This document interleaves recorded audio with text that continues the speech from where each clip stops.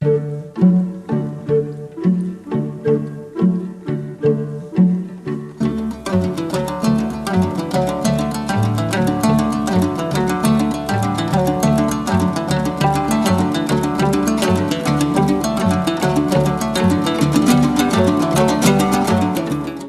alбай ар бир күндүн жылыштарын, элге арнап бүткүл бакыт ырыстарын, чочубай кыйынчылык келсе дагы чогултту чекесине бырыштарын. Эч кири жок жүрөгүндө сезимде, эл жер менен жаны бирге, дил бирге, эс акылга ыйман менен жаңы ой эгип келет көтөрөр деп кезинде. Мугалим билим дүйнөсүнө сени жетелеген, жүрөгү арулук менен тазалыктын мөлтүр булагына жуулган, билим чыйырына улуу жолду салган кесип ээси экени талашсыз. Бул дүйнөдө ар бир инсан таазим этүүгө татыктуу адам ким десе, албетте мугалим деп жооп берерибиз анык. Анткени бардык кесиптердин ээси, тарбиячы, устат бул мугалим.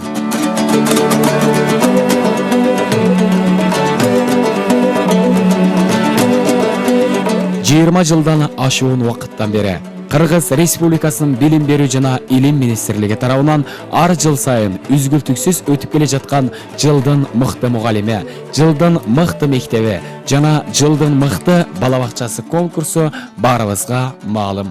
Быйыл да чоң жарыш күтүлүп жатат. Ордолуу Ош шаарынын намысын коргоочу мыкты мугалимдерди мектеп, бала бакчаларда биз да чоң электен өткөрүп жөнөтүүбүз абзел. Мына шаарыбыздын сыймыгын талашып келүүчү мыктыларыбызды бүгүн тандаганы турабыз.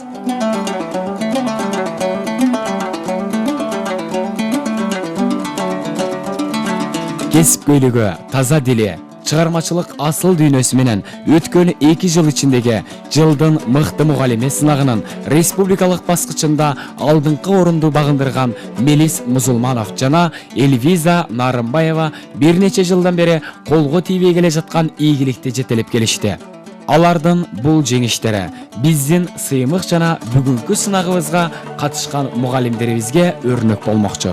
Мындан сырткары, шаарыбыздын номер 32 Жолон Мамутов атындагы мектеби да республикалык сынакта 1-чи орунду багындырып, жамааттын иш тажрыйбасы республикалык деңгээлде мактоого татыды. Албетте, быйыл да Ош шаарынын капчыгына байгелүү орундарды алып келет деген ишенич менен жыл сайын өтүүчү сынагыбыз уланып жатат.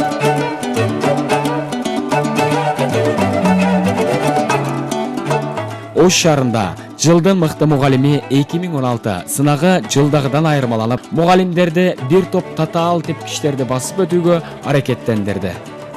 Алсак, катышуучулардын өздөрү тууралуу маалыматтар, жетишкендиктери, мугалимдик даярдыгы, чеберчилиги Ош шаардык билим берүү башкармалыгынын уюштуруусу менен социалдык желелер аркылуу жайылтылып, жалпыга маалымдоо каражаттары аркылуу чагылдырылып турду. Çağat çabagan, tarınbagan, jogorku, üç sebepten birday жалган.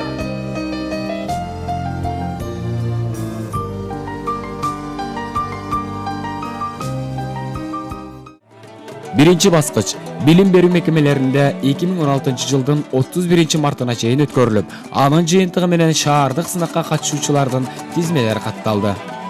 Экинчи баскыч шаардык деңгээлде 6 апрелден 8 апрелге чейин белгиленип, 21 мугалим бул сынактын катышуучулары болушту. Сынактын бул баскычынан 15 мугалим тандалуу алынып, алар 3 баскычка катышышты. Сынактын бул баскычына ачык сабак, тарбиялык саат, педагогикалык жана психологиялык тестирлөө сыяктуу жаңы шарттар жоого ылайык киргизилди. Жыйынтыгында эң мыкты делген 7 катышуучу бүгүн 4-чү, башкача айтканда сынактын финалдык баскычына ат салышканы турат. Бул сынакта жогорку деңгээлде уюштурууга Ош шаардык билим берүү башкармалыгынын усулчулары жигердүү аракеттеништи. Белгилей кетүүчү жагдай, башкармалыгыбыздын башчысы Куштарбек Кимсановдун демилгеси менен башкармалыктын жана ага караштуу билим берүү мекемелери электрондошуп, жаңы технологиялар менен иш алып баруу аракеттери оң натыйжасын берүүдө.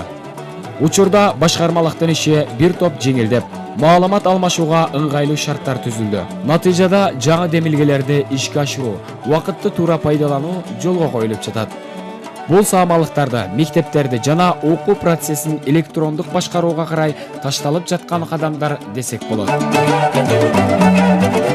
Келечекте ар бир мектеп, мугалимдер, кызматкерлер, мектеп окуучулары жана ата-энелер тууралуу маалыматтар, окутуудагы сапаттык көрсөткүчтөр, жетишкендиктер жана ийгиликтер коомчулукка ачык көрсөтүлүп, өнүгүү үчүн мындан да жакшы шарттар түзүлөт деген чоң максаттарыбыз бар. Жылдын мыкты мугалими 2016 сынагын өзгөчө тартипте өткөрүүгө жогорудагы саамалыктар мыкты шарт жаратып берди десек жаңылышпайбыз. Мындай сынактарды өткөрүү менен биз мугалимдердин чыгармачылык менен жигердүү иштешине шык беребиз деген ишеничтебиз. Өмүрдүн өргө сүзгөн кемесиндей, өрнөктүү таржымалдын элесиндей арналган бүткүл ою окуучуга ар түркүн кесиптердин энесиндей деп мугалимдиктин түмөн түйшүгүн көтөрүп келаткан асыл адамдар ар дайым бар болсун. Кесибине чыгармачылык мамиле жасап, жаш муундарга татыктуу тарбия берип жаткан каармандарыбызга ийгилик каалайбыз.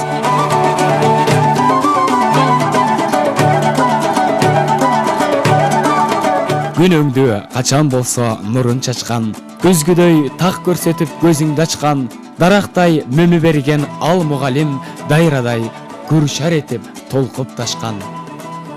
Мээримде ченебестен ага берген, мээнеттин акыбети кайтат элден, баам салсак оңго чого кесиптерден, башталат асыл адам мугалимден.